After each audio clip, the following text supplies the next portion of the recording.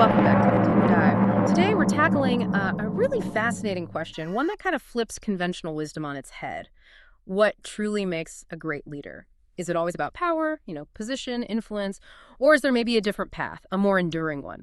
We're diving into the 12 core characteristics of Jesus Christ's leadership from RuiEnglish.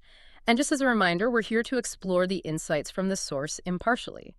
Our goal isn't to endorse, but really just to learn what this perspective offers on leadership. Exactly. And it's quite a radical model, isn't it? Stands in pretty stark contrast to a lot of modern ideas about authority.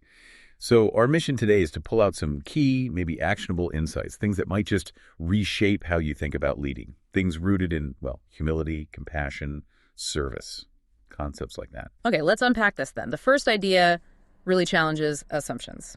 Leadership, starting with serving others, not just commanding. The source points to Jesus washing his disciples' feet. I mean, think about that.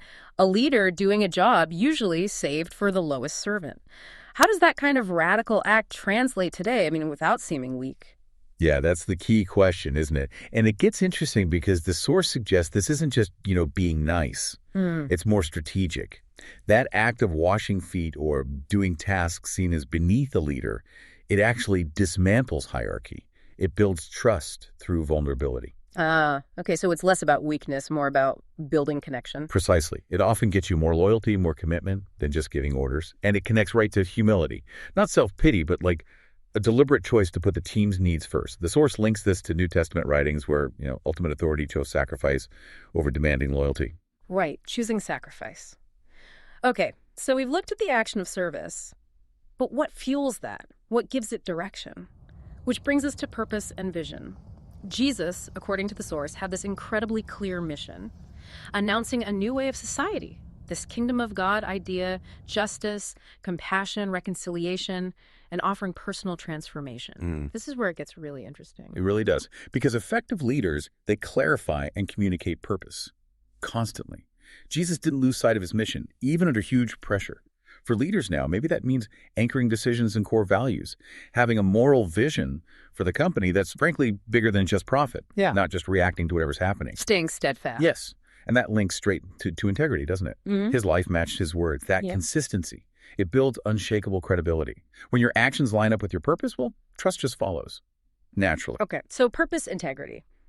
How does this model affect people on the ground directly? The source talks about Jesus' profound compassion, seeing crowds and being moved with pity. What does that actually look like in leadership? Well, compassion in this model isn't just feeling sorry for someone. It's active. It fuels trust, connection.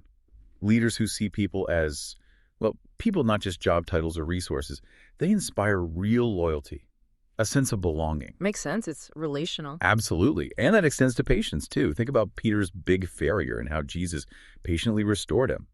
Leaders who model that patience, they foster long-term success. They create cultures where, people can actually learn from mistakes without being terrified of judgment. Yeah, that psychological safety aspect, it's a huge investment in your people. A powerful one. Okay, now the source presents what seems like the ultimate leadership act. Sacrificial love, giving one's life for others. So what does this mean we live in a world that really prizes ambition, self-preservation. This idea sounds incredibly demanding. Yeah. How do leaders embody this without, being seen as weak or just getting taken advantage of? That's the paradox, isn't it? But according to this source, real leadership isn't about holding on to power for yourself. It's about using it, even giving it up sometimes, in a way that empowers others. It's costly love, self-giving. It's an investment, not a surrender. An investment. Yeah.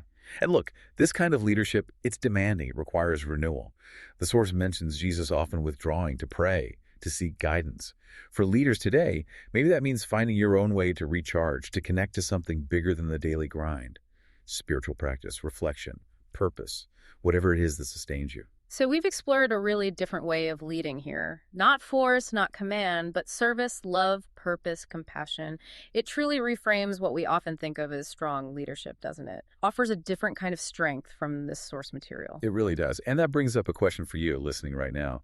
How might you integrate just one of these traits, maybe humility, maybe integrity, compassion, just one, into how you lead, how you interact this week? Yeah, that's the challenge. Pick this one characteristic we talked about and intentionally practice it, even in small ways. A small step can really ripple outwards. Indeed it can.